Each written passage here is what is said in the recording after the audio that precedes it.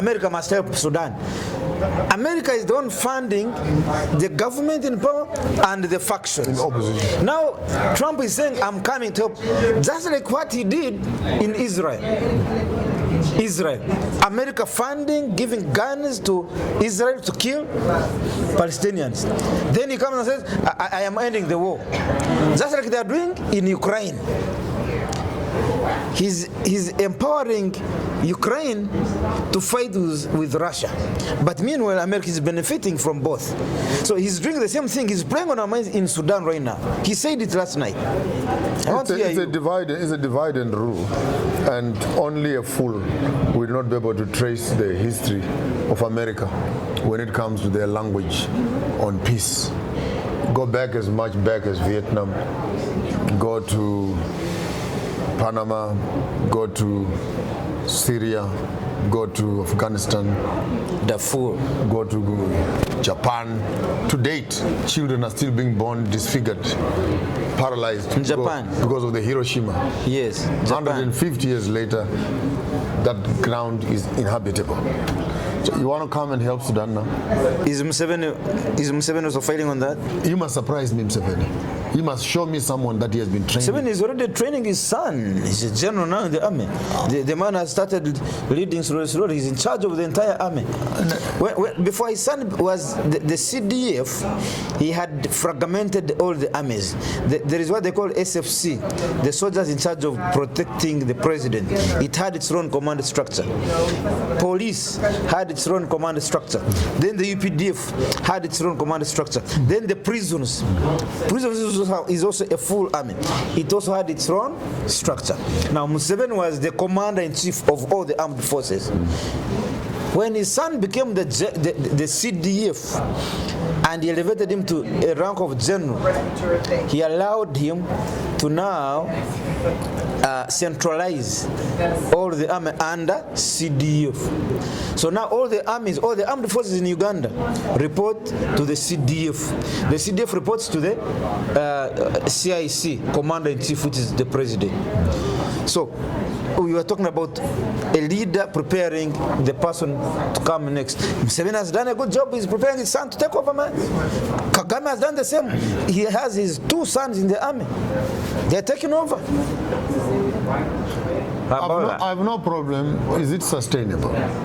Free your mind now. Be part of the People's Pan-African Parliament. The Pan-African Pyramid Debate with your speaker, Andrew Irumba Katusabe. Okay, welcome aboard the Pan-African Pyramid with your speaker, Emperor Andrew Irumba. This time right now, not in Kampala, Uganda at Fairway Hotel or Satellite Kisasi. I am in Ouagadougou, right in Burkina Faso. Burkinabe.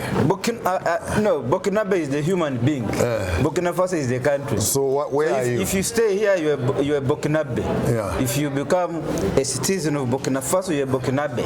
Okay. So Burkinabe is the human being. The land is Burkina Faso. So when you buy a Coca-Cola, do you buy the bottle or do you buy the contents? I buy the contents. Oh, okay. So what's the point?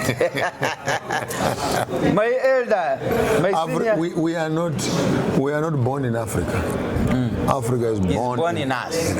It's what we are. So yeah, that's who we are. We are here as people. We are not born in Africa. Africa is born in us.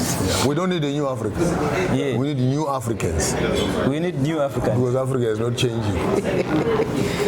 My elder, my mentor, my teacher, Mwalimu,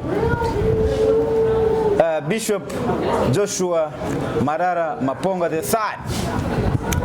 Maponga is in Burkina Faso. We've been here since last week on Saturday. Today, as I'm recording, it is Saturday morning again. It's 1 week since we're here. And Maponga has been here trying to eliminate the brains that the colonialists left here. And I think he has done a good job. Thank you so very much, my elder. Thank you. So far, I have seen how the audience is receiving your message. Some of them are very mad at you, but I think they are mad because they didn't know about themselves. Now you're letting them know. It's like somebody who has been telling you that you're a cat. After 50 years, you come and say, no, you're not a cat, you're a goat. But he wanted to remain a cat. They'd already bought shoes of a cat. They were eating cat food. Now you're telling no, you're not a cat, you're a goat. Oh, you're an eagle, living with chickens. And then you tell the eagle, no, it's time now to move from the chickens and go and join your brothers and sisters in the skies. Yeah. Then the eagle said, no, I've been here. Yes, you've been here, but in the wrong place. That's okay, you've been here, but you've been in the wrong place. Yeah. So, my elder, Joshua Maponga, you greet our viewers. Greetings, Asante. How do you greet in Uganda, by the way?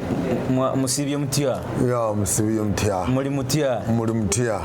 And Vinda ntongoze mujiwe pingone. Mujiwe pingone. Yeah. Okay.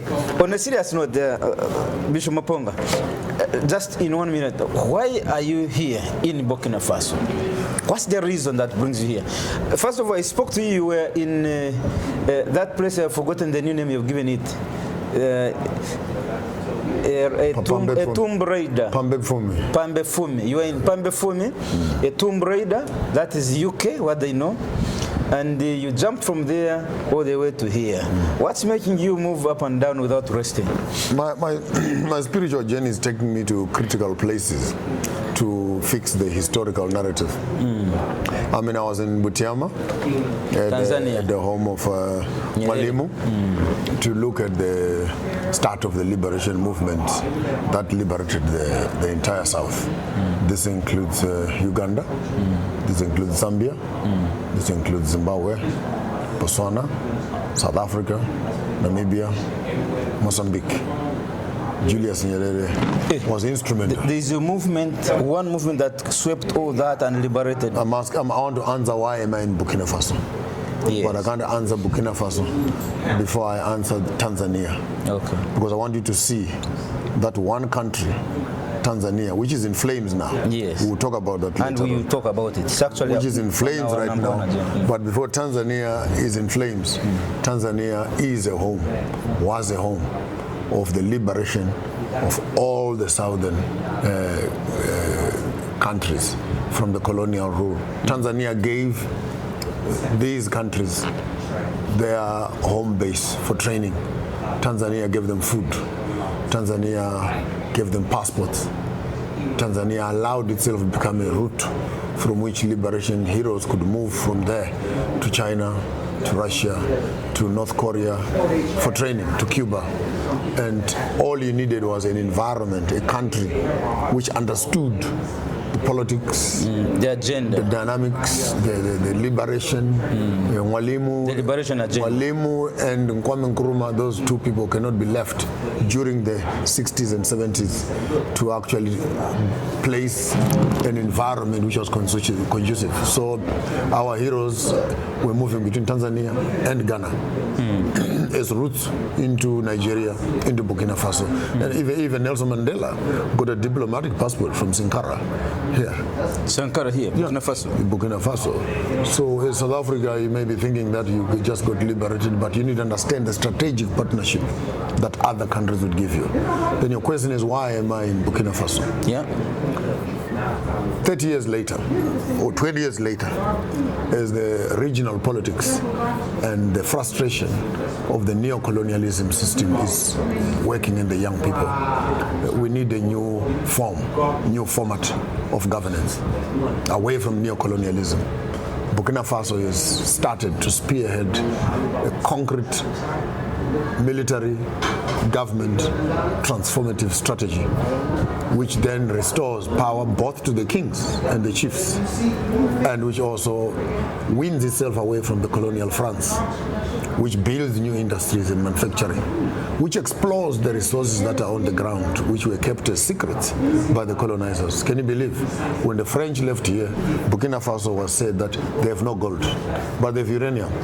But if you've done your geology very well, wherever there's uranium, there is platinum, there is lithium, there is gold, there is 14 other minerals that go with uranium. So the 14 yes. other minerals in Burkina Faso that go with just the uranium concept, where uranium is found as a stone within the stone. Yeah, there are other minerals inside. So now France is angry. The French told them that you don't have minerals. No, they were told they don't have gold. The French told them that Burkina Faso is no gold. Burkina Faso is no oil.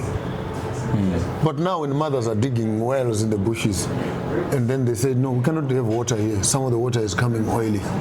What is this? 5 meters into the ground. Mali, for example. Then boom. But the colonialism had men maintained on their own research that there's nothing. Why? Because we want to keep your treaties and your agreements with other countries and keep these countries in poverty. We're in Burkina Faso to see how an African country can unlock its potential. Burkina Faso will work as a launching pad for the revolution, the economic revolution. Julius Nyerere and Tanzania worked for political revolution. But now Africa is almost politically liberated. But the new war, which we see starting now, it is the war of economic liberation. And I want to send a message right at the beginning of your program. Any African president who is not aware of the type of war we are fighting now is bound to lose, because people are no longer interested in slogans and guns. People want... We're independent, but your gold is somebody's business. Want manufacturing. I've been saying this for the longest of time, Rumba, but now you know that. Yeah. We want manufacturing. We want beneficiation. We want industries. We don't want bilateral treaties and what that tell us what to do with our things. We want a government that will look at the community and say, how do I make this community sustainable? Okay. So now, you brought in an important aspect. When you're talking about your strategy of economic war, liberation, you bring in Tanzania. And we were intentionally intending to discuss Tanzania. In your thinking, you are positioning Tanzania as your strategic ally in this war. But Tanzania is in flames, Bishop Maponga. The war that Nyerere and the dream that Nyerere had, it looks to me that somebody in power right now is seceding from those principles. So are you going to have a Tanzania ally with you to fight on the economic war when the citizen cannot even speak? I mentioned Tanzania, and I gave it the accolade that they gave us political freedom. But their failure to translate political freedom into economic freedom, emancipation, into industrialization, has caused actually the political parties to still think that they can still run around with slogans. And the slogans of democracy have now shown us that democracy can be manipulated. We have seen that in Cameroon. We've seen that in Madagascar. We've seen that in Tanzania. And we've seen that in Ivory Coast, where the leaders of the parties, the leaders of the government, and even during Mugabe's time, let me not be selective, even during Mugabe's time, we have seen how elections have been rigged. And we're not new to this. Even Donald Trump was complaining of the same thing. So even the mother of democracy herself is not sure that this system works for the best. America itself. So the Tanzanian model says, when you have liberated people, when they put down their guns, the next level, they want to eat, they want to work, they want to build, they want to have a good life. But no, you continuously keep on the slogans. You now have the instruments of power in your hands. Why are you not converting those instruments into business models that will employ your own community and society? So, Bishop Maponga, what is Tanzania's problem? Is it Suluhu? Because I see the other presidents, they have been working alongside Pan-African principles. Is Tanzania's problem now the current president? The problem of Tanzania, I cannot look at it in isolation. I need to look at Tanzania and parallel it with Nigeria, and also put Sudan, and also put Mozambique in the same, in even parts of Kenya. You see, when I talk of the power of religion, I don't think people fully understand. Islam and Christianity, these are not religions. What are they? These are political parties. No. I'll explain. No, we've grown up knowing these are religions. Christianity is meant to help people to look towards heaven, so that the colonialist can enjoy the benefits on earth. The African must not worry about. Wait a minute. Christianity focuses you to go to heaven. Yes. But when you reach heaven, they remain here. They know that there's nothing. You're not going to go to heaven anyway. But you must focus on that. But For them, so that the things of this world, my brother, the things of this world will come and go. These things are not important. So your consciousness is not towards where you are. Your consciousness is moved to where you're going. Islam, on the other side, their intention is political, to make the whole world Islam and be under the rule of the Arabs, who are the imams. Mecca becomes the capital city. Sharia law becomes the principle. So Muslims are not here just to preach and go. They're here to preach and take over. That's why when they get into any community, first thing to do is to kill the culture of that community, make sure there's a mosque in there, and everyone there begins to function.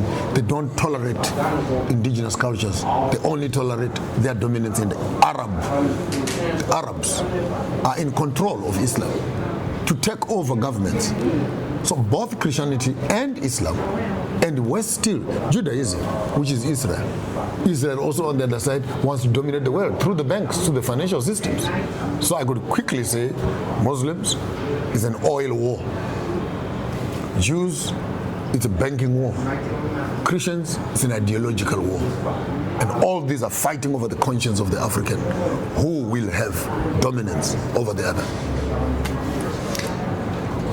Christians are focusing Africans to look in the skies, in heaven, as they remain here, take over our resources. They don't even remain.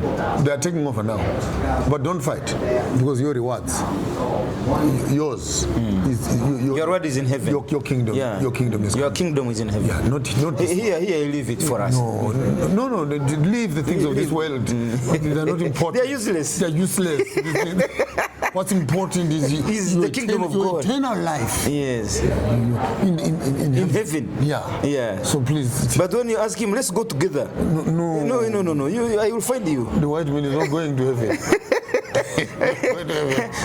The kingdom is in heaven, and you are here. Let's go together. Yeah. No. You think if there was heaven, the white man would have told the black man, let's go? Yeah, no, you wouldn't. If there was heaven, the white man would have told, there's nothing up there. No. You remain here. Yeah. So it's a political war. And what I see in Tanzania, it's a mixture. We have Madame Suluhu, who is a Muslim, and inherited a legacy of Nyerere, Magufuli, and what a contrast between Magufuli and Suluhu. What a contrast! That you if you fail to understand the footsteps in which you are walking and the ideologies. I was there in Butiama. I walked a bit of Tanzania. With the amount of resources that Tanzania has, the Tanzanites, the gold, the rare minerals, the landscape that is there, and you look at the poverty and the amount of oppression that is happening there, I think Madame could have done better. Because Tanzania was freer before all the countries in the south. But now it looks like they're lagging behind. And one reason what makes people lag behind, their religious persuasion. Wherever there's poverty, you find Islam, except in Saudi Arabia, because all the money and all the resources of Islam are going towards them, leaving the communities poor. All they have are toilets in a small little bucket to wash their feet. That's the level at which is. Show me one community that has become better because Islam went there. Show me a shop where Islam is running, where they're selling things, and tell me how that place looks like in Africa. I don't mean to Dubai. Go to Uganda right now. Hey. Go and find the shops where Muslims are selling things. How do they look like? How are they? They're looking. You tell me. They're looking good. No, I know the banks and other good places, but in the local community, amongst the poor people, where you find that there's a Muslim shop, tell me how those shops look like. The lifestyle, the slums, where there's dirt and there's mud, and borders and what. There you find Islam seems to thrive where there's debt and poverty. And of course, a mosque. Yeah, there is a mosque. There must be a mosque. There must be a mosque. Every Friday and every day. And 5 times a day. Yeah, 1 p.m., 7 a.m., 1 p.m., 7 p.m., and so on. And 5 times a day, people are praying. So tell me, how much time do you have to work? And you're spending all your time talking to this God, talking to Allah. To give you blessings. But where do you get the blessings when you're not working? Is this a way of miracle money? That you must just talk to Allah and Allah will give you money when you're not working? Okay, now let's leave Tanzania. But before we leave Tanzania, what advice would you give Samia Suluhu? Because resign. Suluhu is saying she has won by 98%. No. But most of his opposition members, they're in jail. Yes. Others killed. Others. The parliament, they've just banned the parliament now.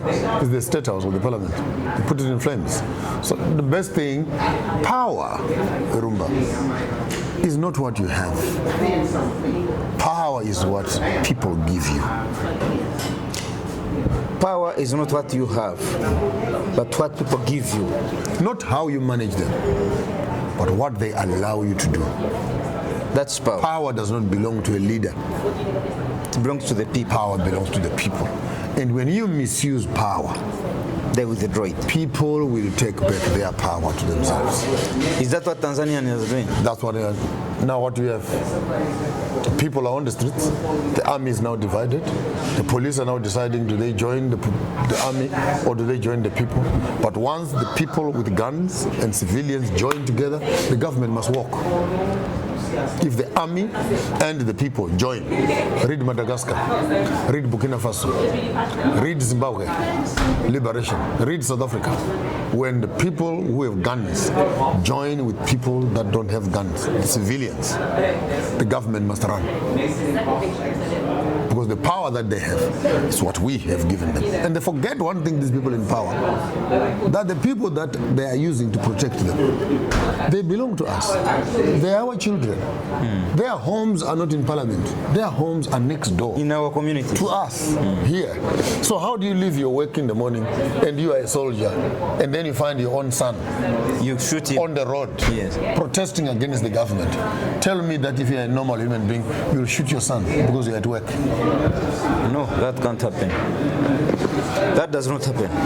That's the reality. That you, even if you're in power, don't make too much noise.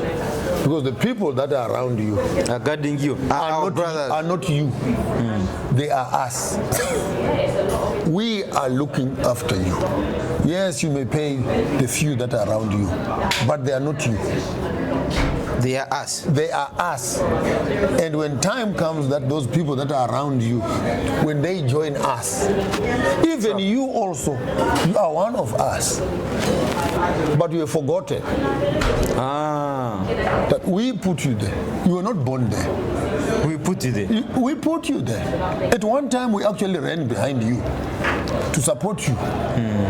Now you're in power. You have forgotten. You have forgotten where you're coming from. You think you're not part of us. Now you take the guns, instead of protecting us against them, you take the guns and point them towards us. There's power in numbers. Okay, shoot. Shoot all of us then. Then you remain ruling who? The trees, the rivers, the baboons. Then you collect taxes. The monkeys. Then you collect taxes from monkeys and baboons. What is power when there are no people? So this concept of people getting into power and power becomes an end in itself is destructive. Power is a means to an end. I want to move to next country. Look in that camera and advise Salah Sulu what she should do right now. Madam, the best thing for you to do right now is to resign and walk away from that with dignity. Because if you resist, by the time you finish, Tanzania will be finished. There will be nothing to redeem. You may think that you are safe, but tell me, how will you run a country that is in flames?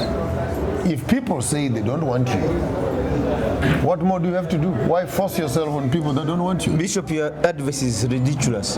The woman has just been declared as the biggest winner in the history of Tanzania with 98%. Okay, Bia. Let's go to Bia next door. Bia has been there for many years. That's why I'm telling you that democracy is manipulated. It can be manipulated. Bia in Cameroon. Cameroon is in flames also. Madagascar has just stopped the flames now. Bia has been in power. He elects his own people to run the campaign, to run the elections, to count them while he's in a hospital in Paris. The country is being run by the French. And he has just won now again. And the Africa Union, not the United Nations, Africa Union has just declared him the rightful winner. And they are quiet, by the way, when these people are misbehaving in democracy. Until the people stand up and they fight. Madagascar, good example. They were quiet. Madagascan people were not happy with what was happening. But the AU was quiet. People went on the street, AU was quiet. People fought, people died on the street, AU was quiet. Until one of the soldiers says, no, this is enough. Stands up into power, stops the guy, runs to his bosses in France. What a shame. The whole chairman of SADC, he is now the sitting chairman of SADC. He runs to France when he's got 16 countries where he is chairman of. He cannot trust any one of those countries. He runs to France. I even respect Madame Saleh. She ran to Zimbabwe. I hear the rumors are saying she's hiding in Zimbabwe. Yes, I just got the news there. Flew here. She's sitting in Zimbabwe there. She's run away, getting some advice maybe from Zimbabwe. Why didn't she cross to Uganda where she has been attending classes with William Ruto every evening? It's a good question. Kenya is next door. I mean, this is the time William Ruto and Sulu, Museveni is here. They've been Kagame is here. Ruto is here. Brothers, I'm in trouble here. Yeah. Hakainde is next door. Chabi in Mozambique is here. This is where we must begin to see the connection that if ever they mean business, that this relationship that they say the East African community, they can start talking. They can start talking. But boom, there's a problem. Madagascan president is in France, hiding behind the skirt of Macron. The skirt? Yeah. Macron is a man. No, I don't know. You don't know? He's hiding behind Macron. You remove the word skirt there. He's hiding behind the skirt of Macron. Macron does not put on a skirt. Oh, he's hiding behind Mrs. Macron. Oh, okay. Yeah. That's okay. Is Mrs. Macron a man or a woman? Macron is a man, but he has a woman. So maybe he's hiding behind the woman. He must go and check out Candy's files. But I mean, for too long we've been protecting this rotten behavior. Let's finish this point properly. When the people of Madagascar had problems, AU was quiet. When the people of Tanzania are having problems, AU is quiet. When people of Cameroon are having problems, AU is quiet. Ivory Coast, AU is quiet. When they overcome their problem and find a solution, Burkina Faso, now AU comes out. And ECOWAS. No, we don't agree with that one. Sanctions. Where have you been? Sanctions. So you ask yourself the question, is this Africa Union? So for them, they are reactionary. They put AU has the power to call a member state and say, Tanzania, Sulu, please, let's come on the table and we share. What's the problem? But they are not doing it. However, when people find themselves solutions, now those solutions are now being rejected by African Union and say, we don't agree with that, we don't agree. But you should be part of the solution searching machine. I would want even to say, if AU was anything, and all the member states agree with AU in terms of policy, this is what you could have done. All the elections, the entire electoral machinery is removed from countries. When elections come, the mother, AU, comes to settle. You can't have two children that are in the house fighting each other, and then they must settle between each other. You as a mother, you come into the house and hold one child on one side, hold on, what is the problem here? And you settle disputes in the family. Now, how do you think that in a family where a ruling party is in power, and the ruling party is the one that must order the ballot boxes, it must order the security, it must organize the transport, it must organize people who are going to count the votes, it must buy the pens, and it must tick the boxes, and then they must announce who has won. Tell me in your rightful mind, who can run this machinery and they will make themselves lose? Common sense. Uganda, talk to me. How do I employ and pay for opposition and run opposition and run the ruling party and conduct the elections, when you're talking about count Uganda, the elections, and then I must lose? Bishop, you wait. When I'm talking about Uganda, you're going to say yourself, me, I'm going to do like this. If you're talking about Uganda, you're going to say yourself. I'm saying you're going to host yourself. This is Zambia. Okay.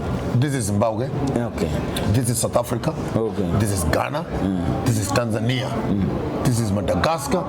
This is Kenya.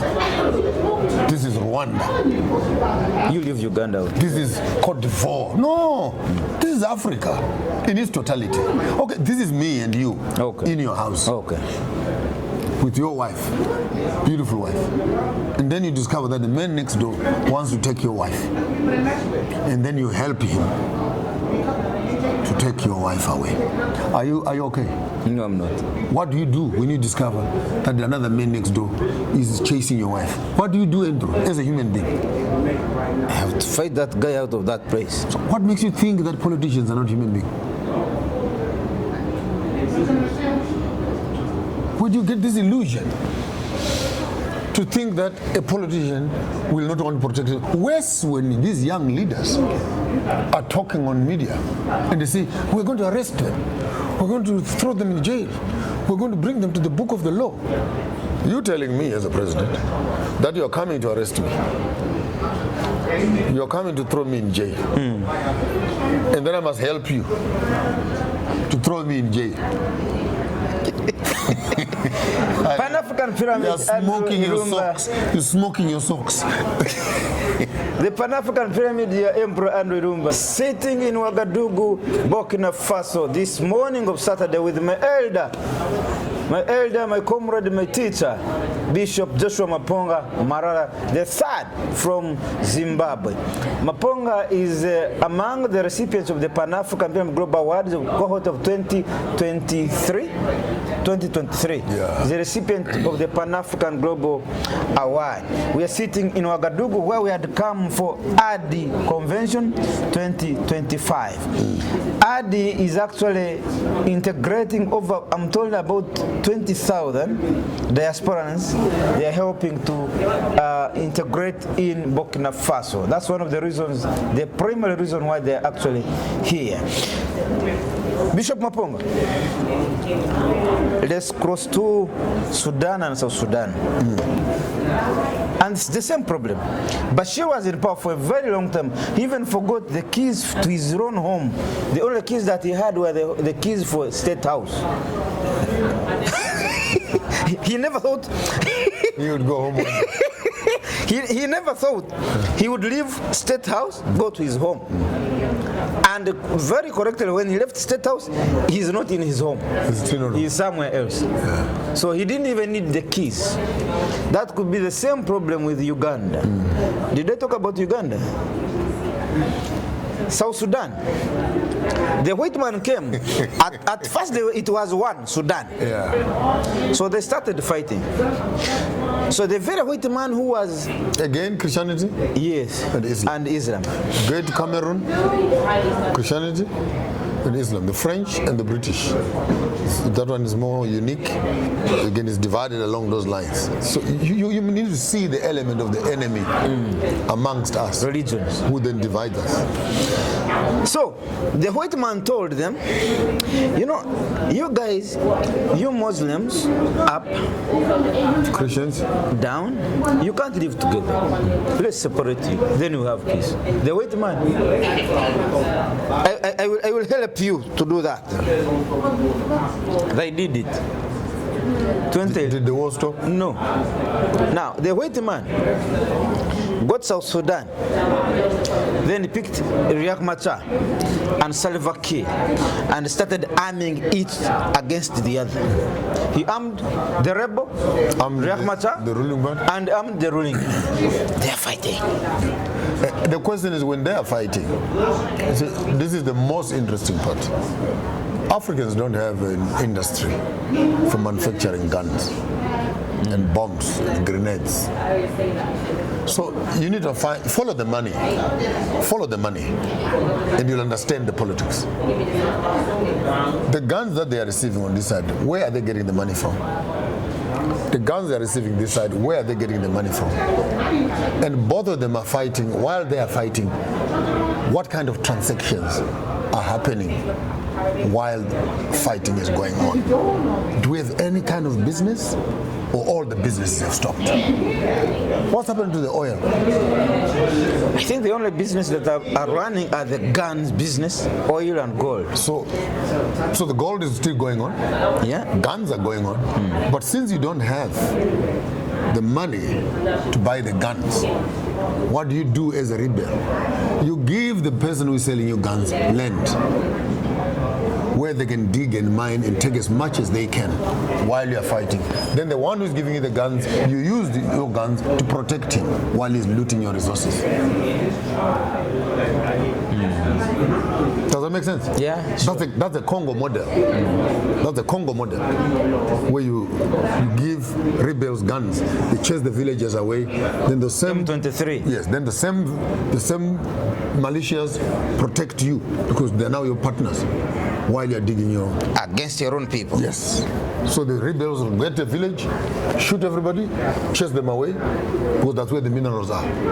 Then you protect that village, and you're giving money every month. The United Nations. You're giving more guns. Yeah. And the United Nations is running around. Yeah. In some small little white van. Yeah. Collecting the minerals. Yeah. And then going back to their suppliers, while these rebels are busy raping and destroying the community.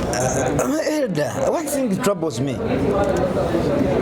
You are here, you can describe all the problems of Africa. After describing them, even describe the solution. Are you saying that all the 54 presidents of Africa are not aware of these solutions that you are giving us and the problems you are describing? What's the problem? In two parts, they are aware. So if they are aware, what's the problem? Why are they not solving? They are in the deep end. They have swallowed the deals. They have signed treaties. They have bilateral agreements. They have signed the treaties of democracy. They have agreed that they will function and operate in a certain way. They have sold out the liberation. They cannot see what Burkina Faso is doing. To walk up and say, we're changing the currency. Imagine just a changing of one policy, of we're changing from the CFAs, what do you call it? CFAs, yes. We're changing from CFAs. What that meant is that now Burkina Faso can now begin to do business around the world at their own terms. Whereas before that, all their money was sent through France. Meaning that if they were buying grain from Argentina, France must approve because they are printing the money. Then they ask you, where are you taking this money to? We're taking it to Argentina. No, don't worry. We'll pay them. You give us the interest this side. You want to buy guns? To who? We will pay them. So they became the paymaster and controlling. Now that Burkina Faso has cut that umbilical cord, they're able to go to the factories. They're able to go to the direct manufacturers. When France was buying the grain from Argentina, bringing it here, they would buy it for $1. They come and sell it here for $5. You follow the business? And then Burkina Faso will be owing $5, but for only $1. You are buying a gun, the gun is $10. They sell it to Burkina Faso for $35, $60. But now that Burkina Faso is able to do business directly, from technology to heavy equipment to machinery to guns to agriculture, they are now doing direct business. One policy transformation can actually activate the entire economy. We are no longer going to be selling uranium. Simple policy transformation. Embargo, no more uranium goes out. Where the uranium was being sold for peanuts, Burkina Faso is being able to make billions out of. So how do you tell a president who has signed a treaty with the British and was given a small little envelope not to mess up this transaction? How do you complain as a people and hope that he will change when in fact he's under obligation from his masters to the deals that he has signed? Many of our presidents, in as much as they hear me, they cannot implement what I'm saying. Because by implementing it, they must go back on their words. That's why some of them, we must actually remove them from power. Because their hands and their heads and their feet are tied to the deals and agreements. You just see this president flying into France, they're signing bilateral. But does anyone amongst you educated people ask, what are they signing for? When did they read that document? What is the fine print of that document? What is he agreeing to? He is agreeing on behalf of all of us as a country. Is what he is signing what the parliament has agreed on to. I mean, look at Kenya. You wake up one morning and your soldiers are in Haiti.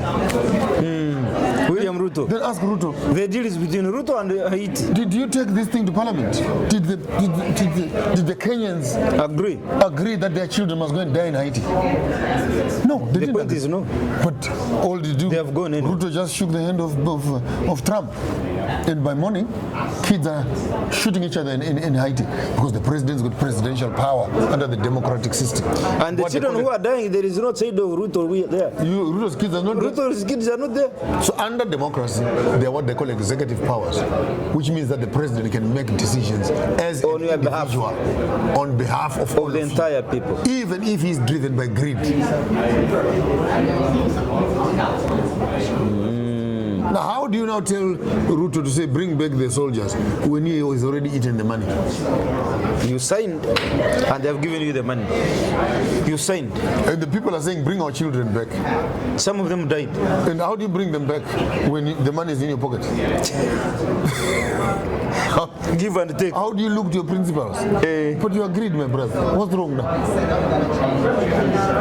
Democracy is a crime scene. Democracy is a crime scene. A crime scene. Multinational companies have access to poor economies and abuse them as they please. And the law using democracy. The law will protect them. From that abuse. That's why it becomes a crime scene. A crime scene. It's another crime scene because the one who is negotiating on goods that don't belong to him.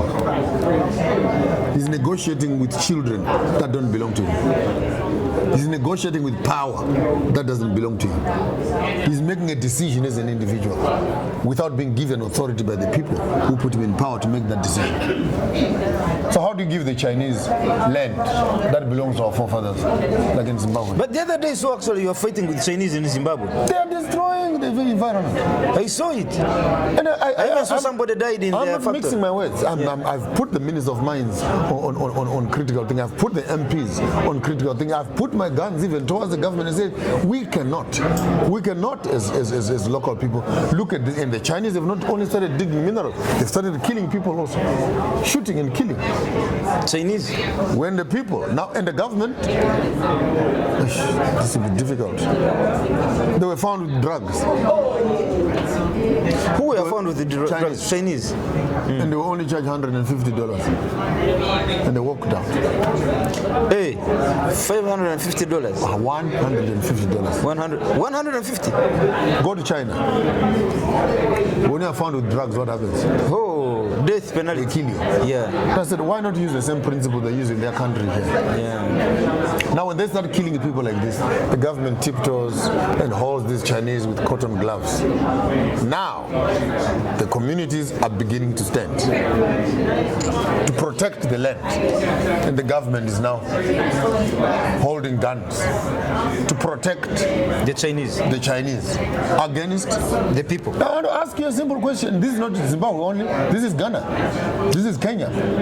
This is Uganda.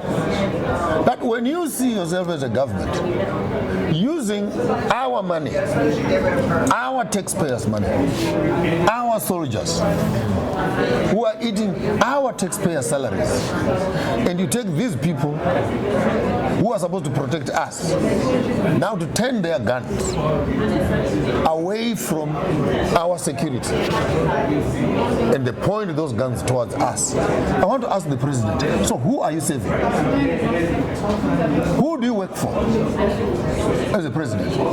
When you deploy soldiers in Tanzania, in Dar es Salaam, to go and kill 700 people using guns, and the bullets are paid by us, taxpayers, and you are shooting us with our guns, with our taxpayers' money, to protect who? The Chinese, because he pays in dollars. You guys pay in what is your Zimbabwe money called? Zimbabwe money is called. No, in dollars. We use Zim dollars. Zim dollars. So the other one pays in US dollars. You pay in Zim dollars. Okay. Then if the other money is good, then go there. You go there. So actually, what you're explaining, it shows that the sweat is the sacrifices of Robert Mugabe. they are just put to waste. The trouble started there with Robert Mugabe, because when you are in power and you are not in control, you breed a problem that won't end. He should have done all those political slogans and included the implementation of the noise that he was making. Meaning to say, he should have started building factories. What Ibrahim Traore has done here, Mugabe could have done it. But no, he maintained the colonial estate. You mean Mugabe was also just a rhetoric, talking? He was talking. He left us lots of poems. He left with you a lot of poems. Poems, and he left us with land, of course, the best thing that he ever did. Land. But even then, it was under pressure. It's not that he volunteered to do it. The people. The people told him that you are dying now. We want to fight for the land and we still don't have it. So it's either we have land now or we bury you together with your white handlers. Because he was lied to also. He was told by Lancaster House that we will give you land, but not now. 25 years later, don't touch the land issue. Let's find a way to settle. We'll pay for the land that our people are occupying. But the Tony Blair saga. When Tony Blair went into power, he says, I don't have to maintain these colonial treaties. I'm stopping all the donations to Zimbabwe that I was doing. So basically, the Zimbabwe government was running on British money to protect the white farmers that had land. And they were retiring soldiers from the army of the British during the World War II. So they were on retirement packages in Zimbabwe. So the British government was paying for the retirement of its soldiers. And this is the money that was in the government, which we're using to do our own business in the government. So Tony Blair cuts off that tie. So while this thing is happening, there's no industry that is happening here. Take note of that scenario. There's no development that's happening here. Just a little bit of a school there, some small little trophies to keep black people happy. But no meaningful transformation, industrialization. In fact, many companies started closing down. Banks closed down. When sanctions came on top of that, the economy collapsed to zero. Somebody told me he would carry a wheelbarrow of money to go and buy a loaf of bread in Zimbabwe. Who were there? It is true. Very true. And by the time you get there, the money has already gone up. No longer exists. By the time you leave your home to reach the shop, the price has doubled. You have to go back and carry another wheelbarrow of money. we have faced the biggest inflation in the world. I think we reached 11,000%. It has never been seen in the history of this world.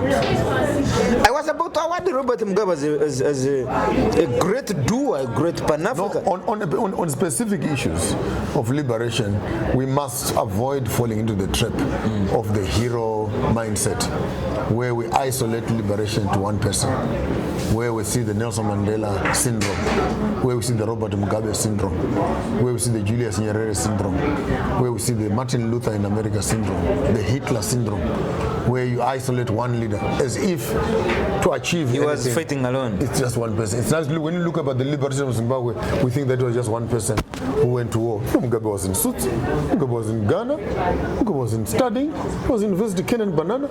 These were salad kids who were busy. They never even shot a gun one day. Mugabe? But for what? Mugabe was an administrator in the office. People who fought the war, the Chitepos, the Tongogaras, and they never made it across the bush. They died. But he could speak English. So they said, since you can write and draw, you negotiate on our behalf. Now, the liberation is all swallowed into his success story because he is the writer of the story. So there's a book where the struggle for Zimbabwe, and he is the hero there. Long walk to freedom. Mandela is writing his story as if he fought South Africa. He was having 3 meals a day in prison. Mandela? Of course. He was in jail, but having 3 meals a day. When actually others could not even afford one single meal. So who liberated the country ultimately? Who fought the country? There are those people who died. The Chris Hanias. Yes. The Peter Mukavas. Yes. Huh? Yes. Some were hanged. Some were poisoned in prisons. Nelson Mandela was never poisoned. He never got any problem from the prisons. He came out well. Didn't he come out well? Triumph. And when you write a liberation in that angle, then we do a hero syndrome where we glorify one person. Even for my elder Museveni to be where he is, he did not fight alone. There are people that helped to get there. Actually, there are people who died. Generals that helped him to get there. So when you are writing a story, you must write it as a collective. And I think we need also to move once in a while from this Pan-Africanist award where we're giving individuals. We may once in a while want to give organizations and recognize the collective effort. Like for the Sahel state, for example, to look at all three of them and say, how has their cooperation worked? Because even the success of Traore is not alone. And then imagine, this is where jealousy also starts in. We work together, all of us. Why are they recognizing only you? We work together, my brother. We've been in the trenches together. Next thing, it's only you shining. Rumba is receiving an award, and I'm there sitting looking at you. The human element. What do you think I feel? So I think we might want to do also maybe. I agree with organization. Organizational. Like now, if in Tanzania you give Chama cha Mapinduzi, for example, if in Uganda you give the UPDF or National Resistance Army, not Museveni. No. In Zimbabwe you give. I'll say it louder. Museveni did not liberate Uganda. Kagame did not liberate Rwanda. Mugabe did not liberate Zimbabwe. Mandela did not liberate South Africa. It was a collective effort. And some of these people that are in power, their families are pretty and eating and were eating and were protected. They never experienced. Actually, some of those families were even abroad. No, they were in abroad. When you're going to start like Museveni, his entire family was in Sweden. They first had to fly them out, then they start the war. I don't think who is this? Mugabe was in Ghana. This Julius Nyerere's family, when he was fighting, it was in Tanzania. No, they don't do that. They first fly out their family, then they come and fight. Right now, but when he's fighting, his children are studying from outside. Now Tanzania. So the children whose children are on the ground right now? I'm asking you. Tanzania is in flames right now. Where's Madam? I'm told he's in Zimbabwe. Is she not safe? Yes. But those people that are dying? Fantastic idea. You've given me a fantastic idea. Fantastic idea. What's happening in now as we leave Sudan? I'm told by now about 30 people, and I've seen this. Trump last night came and commented, and he's attaching it to religion, and then he's saying, "I'm coming to help Sudan. America must help Sudan. America." That's how Trump is speaking. America must help Sudan. America is the one funding the government in power and the factions. In opposition. Now, Trump is saying, "I'm coming to help," just like what he did in Israel. America funding, giving guns to Israel to kill Palestinians. Then he comes and says, I am ending the war. Just like they are doing in Ukraine. He's empowering Ukraine to fight with Russia. But meanwhile, America is benefiting from both. So he's doing the same thing. He's playing on our minds in Sudan right now. He said it last night. It's a divide and rule. And only a fool will not be able to trace the history of America when it comes to their language on peace. Go back as much back as Vietnam. Go to Panama, go to Syria, go to Afghanistan, Darfur, go to Japan. To date, children are still being born disfigured, paralyzed in Japan because of the Hiroshima. Yes, Japan. 150 years later, that ground is inhabitable. So you want to come and help Sudan now? I mean, if I was supposed to speak to Trump, I would say, can you just go back and fix some of the problems you've been causing all along? As early as yesterday, Gaza. Yesterday, we're not even talking tomorrow. Yesterday, even this morning, there are homeless people, broken homes, poor sanitation in Gaza as we speak right now. And your friend Netanyahu is there. Netanyahu is not my friend. No, your friend. I'm saying Trump. Oh, your friend. He's right now. His hands are dripping with blood. And you want to start a new thing altogether. But when you look at this thing very intensely, Irumba, you will thank me later. Next time you're doing these interviews, I want you to do your research first. Find out what is the American interest in Sudan. What is it that Sudan has in the short term, medium term, and long term? What is it that America is interested in? What is it? It's oil, my brother. Huh? Oil and gold. Oil. Not the human beings. Oil and gold don't care about not the human rights. Politics of the is money, my brother. This is business. Not the human rights of the Sudanese. No, what human rights? Does America respect any human rights? Who is in Guantanamo Bay? Animals or human beings? Human beings. So what rights are you talking about when they're torturing people there? Butchering and suffocating people in gases and killing them there. Is that human rights? No. Who is lying to who? So you need to find out wherever there's war. Congo, what is there? Sudan, what is there? Cameroon, what is there? Central Africa, what is there? Mali, what is there? Zimbabwe, what is there? Burkina Faso. And when you identify the European and American interest on African politics, you'll be able to define the war. And you'll be shocked at the base of it all. Resources. Natural resources. Human capital is secondary. The war is how do we maintain our factories in the West using cheap raw materials from Africa. This is a business thing. In one sentence, France right now is fighting Sahel because their industries in France are closing. Why are they closing? Because the raw material has refused. Raw material value chain has stopped them. Has been broken. So in the next few years, I'll say a prophecy in the next few years. I give you 5 years. If we keep on moving at the pace we're moving right now, we are going to see the European industries shutting down. We are going to see those Europeans coming here looking for employment here. An European looking for employment here? Coming to look for employment. If they don't look for employment, if they are smart like me, they must start moving their industries. to Africa. Come closer where the raw materials are. That's the only way Europe will survive.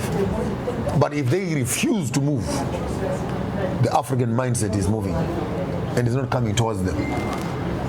It's moving away. It's moving towards ourselves. And it's getting stronger. I'm telling you. Right now, as we walk around Burkina Faso here, if we continue at this pace, the question, who wants to go to Europe? I don't think if even now on the boys drowning on the Mediterranean, I don't think I can count 2 or 3 Burkinabes who are there. Because once actually, you see the diasporans they want to live here now. People are leaving the diaspora, they want to live here. Once people have hope, once people have opportunities, people stay at home. Let's end up with the Ivory Coast and the Cote d'Ivoire. What's happening there? What's the problem? That should be our lasting cutting edge.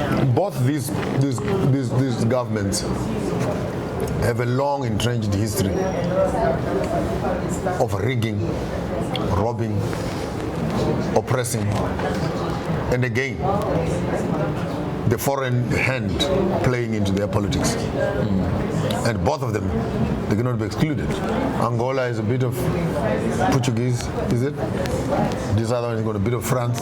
But of course, of all the colonizers, the Portuguese were the most useless. Most useless bunch of people. Mozambique and Angola, where the Portuguese were, nothing happened. Nothing. Portuguese are just the barbarians of Europe. They are just primitive. They did nothing. Walked. And when they left Mozambique, they literally took concrete and filled up all the offices and the sewage pipes and blocked everything, and they left. So the Portuguese. They're useless. Yeah, useless. Useless. The most useless, the British, the French, the Germans. If I was supposed to classify them, the countries that were colonized by the Portuguese are the poorest. The poorest of the world, followed by the Italians. Yeah. So you find that again the hold of power, the failure of a leader to train another leader, the failure of the one in power to understand their expiry date and begin to intentionally put together a support structure that prepares for the day I leave. This is what will happen. And I think Mugabe failed on that. Is Museveni also failing on that? You must surprise me, Museveni. You must show me someone that he has been training. Museveni is already training his son. He's a general now in the army. The man has started leading slowly. He's in charge of the entire army. Before his son was the CDF, he had fragmented all the armies. There is what they call SFC, the soldiers in charge of protecting the president. It had its own command structure. Police had its own command structure.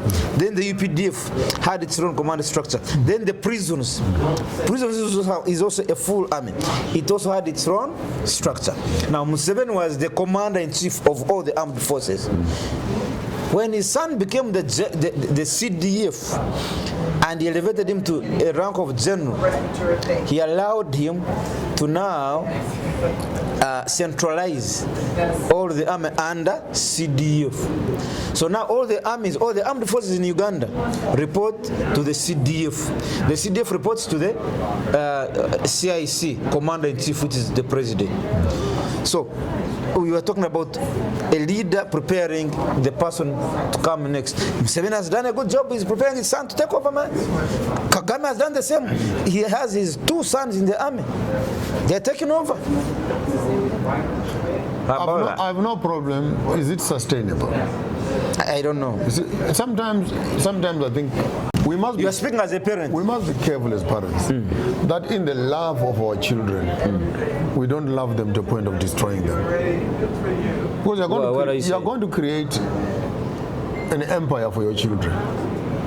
Which is okay. You are going to create a spoiling environment for your children. No, but remember, okay. The people are not sleeping. The people are watching. People are awake.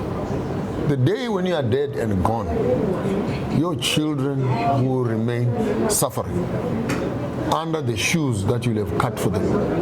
Don't force your children on the people. Let the people choose them. So that advice is going to who? To whoever is training his child. Let your child be loved by the people. Don't appoint them. Let them go to the communities. Let them build schools. Let them build bridges.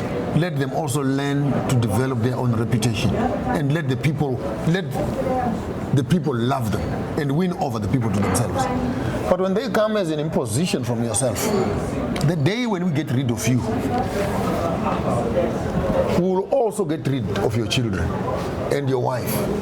Gaddafi style. And you know what I'm saying?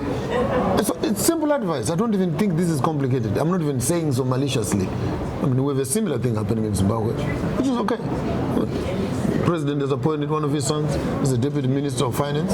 It's fine. One of them is his chief of security. It's okay. His wife is minister in the government. It's all right. Zimbabwe? It's okay. Zimbabwe?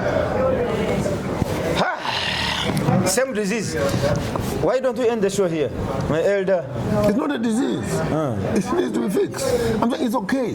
But remember, when things are set up like that, and for me, it's coming from a very good place, from a very good heart.